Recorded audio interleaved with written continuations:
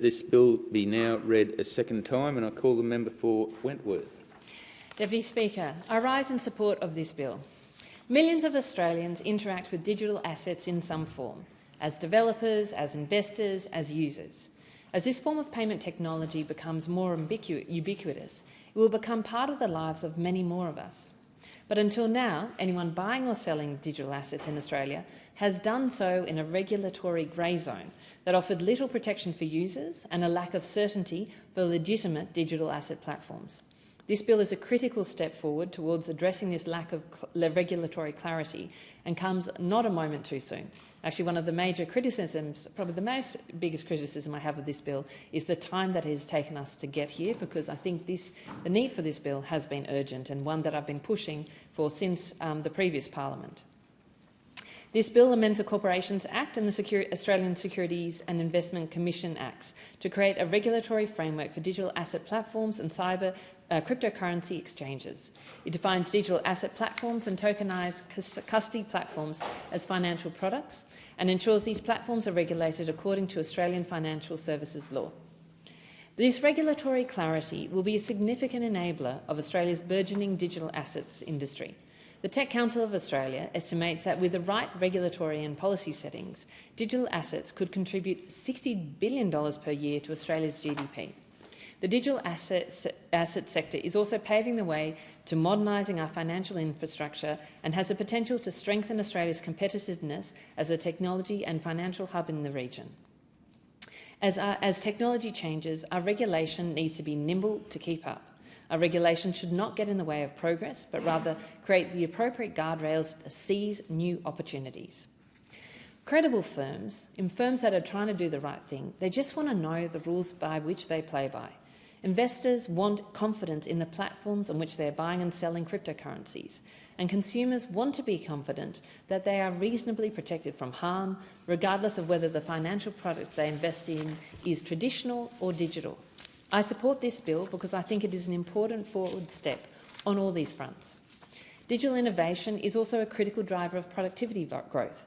This is a puzzle that Australia is struggling to solve, but it is essential if we are to ensure our economy continues to grow and our living standards continue to rise.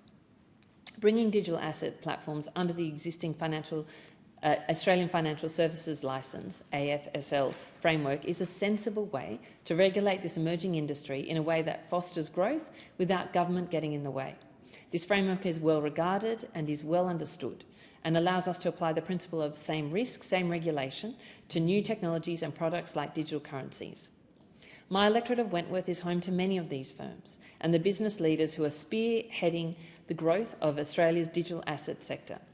These are legitimate and innovative financial firms who want the industry to be properly regulated so that Australian businesses like them can clearly distinguish themselves from less scrupulous operators who risk undermining public confidence in the industry. In a time when many of our tech entrepreneurs and innovators are looking overseas for better growth opportunities, we need to give them every reason to stay. Giving regulatory certainty is an important step in the right direction. That said, there are opportunities for the government to do more to foster the innovation and growth of our digital asset sector. One way would be to grant ASIC the power to recognise digital currency regulatory arrangements of foreign countries, like the UK and US, as being equivalent to ours. This would open a huge door to those markets for Australian digital currency exchanges and coin issuers. It will also significantly improve the efficiency and reduce the cost of digital currency transactions in and out of Australia. Finally, while I acknowledge it is outside the scope of this piece of legislation, I also urge the government to continue to focus closely on how it can best protect Australians from the potential harms of digital currencies. Specifically, it is critical to consider schemes that will fall outside the financial services regulatory framework that this bill provides.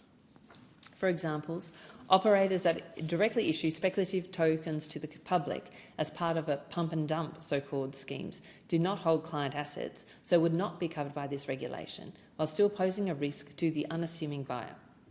I encourage the government not to set and forget this legislation, but rather to continue to work to foster the growth of the digital asset sector in Australia while mitigating potential harms to consumers. These will evolve and our regulatory environment should evolve with it. Industry stakeholders I've spoken with welcome the much-needed regulatory certainty this bill will give and interpret it as an important signal that the government is shifting its posture to being pro-industry and pro-innovation. Digital assets have the potential to become a valuable and innovative sector of the Australian economy, and I'm glad to see the groundwork laid for its continued growth. For these reasons, I support the bill. Given there is very little time in this session, the Federation Chamber will suspend until the Chair is resumed at 4 p.m.